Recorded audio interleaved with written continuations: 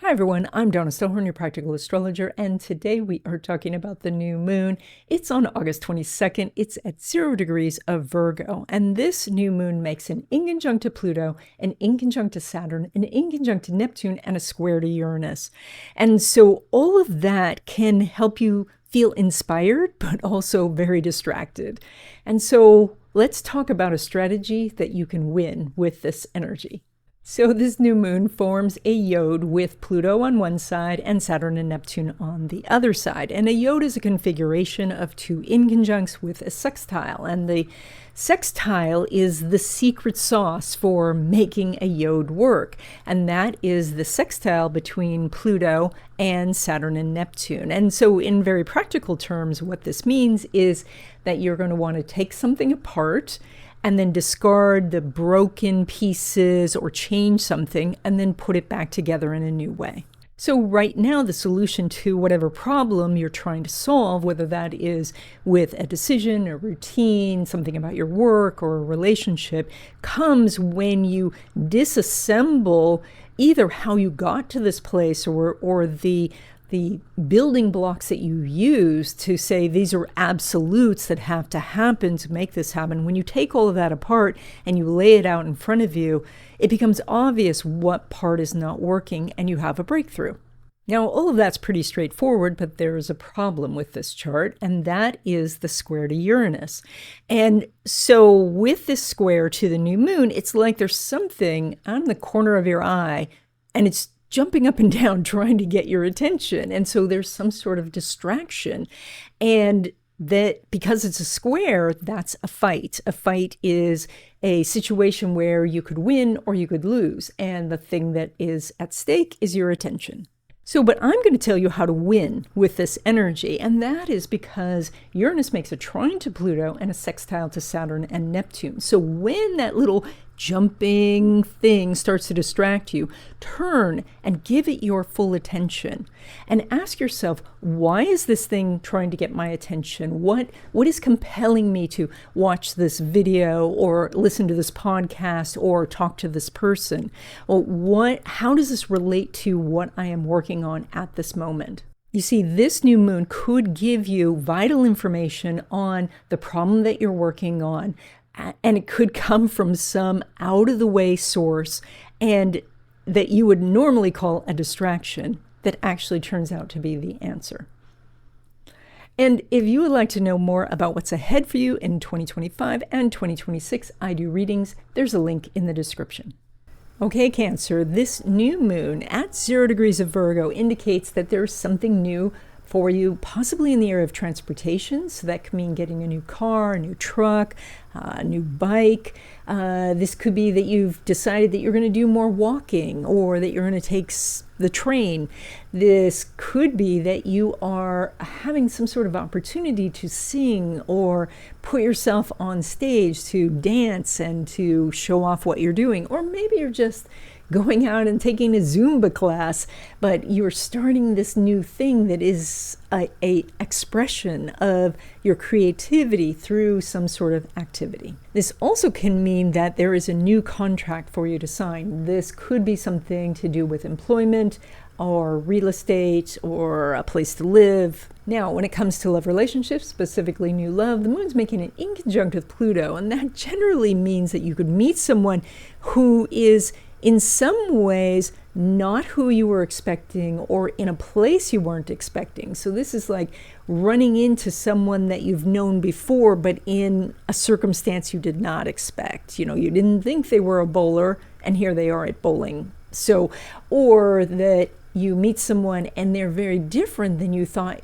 was your type, but you're making such a connection that you decide that you want to go out. Now, when it comes to existing love relationships, what I can say is it's good sometimes to agree to disagree.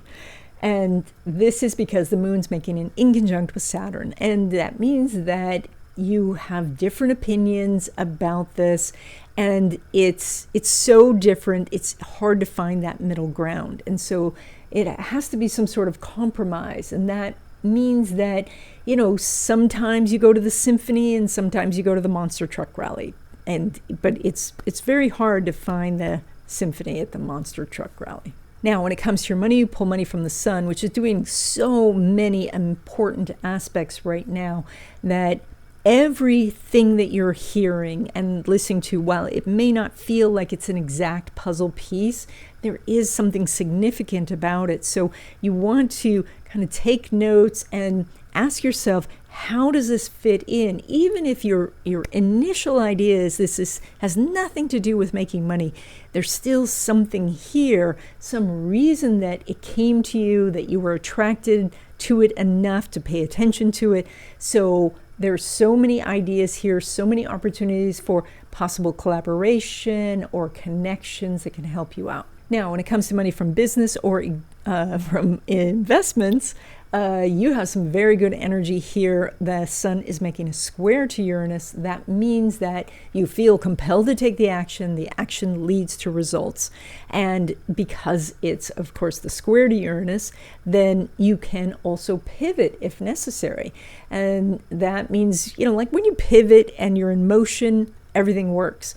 If you try to pivot from a standing position, you can blow out a knee, So this is a time where you're in motion, you're taking action, and if something needs a change, you're ready to do it. Now, when it comes to money derived from career, so that would be a paycheck, the sun's making a semi-sextile to Venus. So that is that you can probably get something small. You can get a little bit more money. You can get a small bonus, a little pat on the back. You're not getting something really huge right now. And so this is not something that you want to put a lot of time and energy into. This is also, it's out of sign. So that means that, you thinking you might get a raise and you get a pizza coupon. So I would put most of your effort towards raises when this lines up, and it's going to line up in the future. Okay, in the third section of this video, I have a couple of announcements, and then we're going to continue talking about finding the hidden money in your chart. So we are approaching September, and September this year is eclipse season, and eclipses are what cause people's lives to change. So this year, I'm giving a Zoom class on what this eclipse is all about. And so if you would like to know how it could affect your life and what eclipses mean in general, consider doing this class. This class is also going to be recorded if the time doesn't work out exactly for your schedule.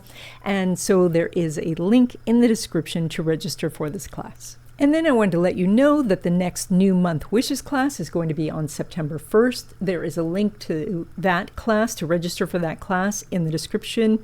And then all members of this channel get special access to deep dive astrology videos, feng shui videos, and also they get a playlist of the tutorials that we are doing in the third sections.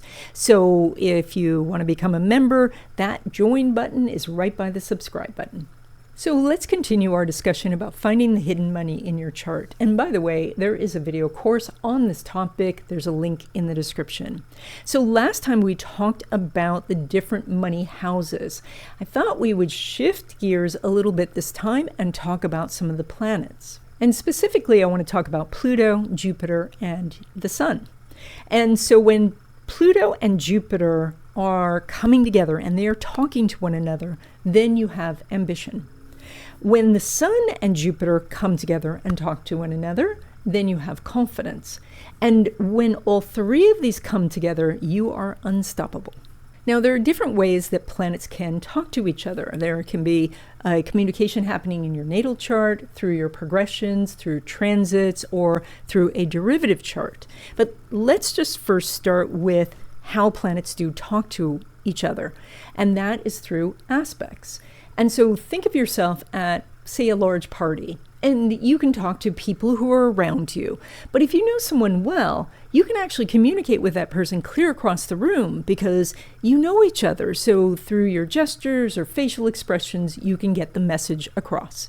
So that's what an aspect is. That's the two planets. They know each other, and so they are communicating with each other.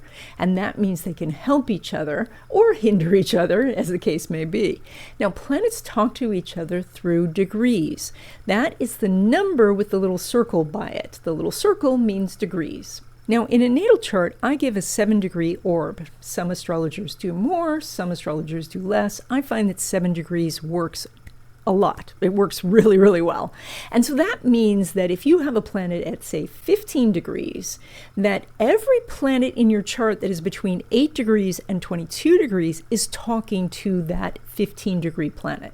Now, they are all making different aspects depending on signs, but we're not going to think about that right now. We're just going to know that they are talking with each other.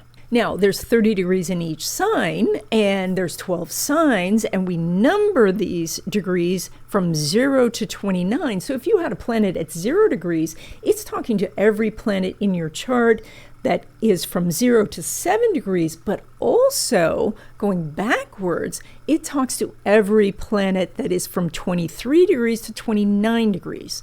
That section of planets, those planets are called an out of sign aspect, which I'm sure you've heard me mention on this channel before. And that is still an aspect. It's just a little harder to spot sometimes. So what are you looking for? Well, if Pluto is talking to your Jupiter, you have access to ambition. If Jupiter is talking to your Sun, you have access to confidence. And if Pluto and Jupiter are talking to your Sun, then you can become unstoppable.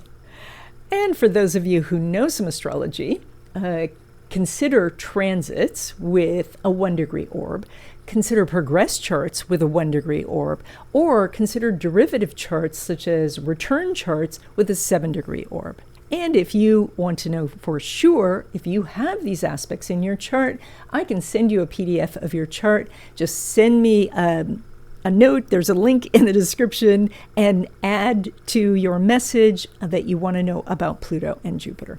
And that's it. I hope you enjoyed this video. By the way, I do a weekly illustrated newsletter, and so if you like astrology and you love black cats, you're going to love this newsletter. The link is in the description, and I'll see you in the next video.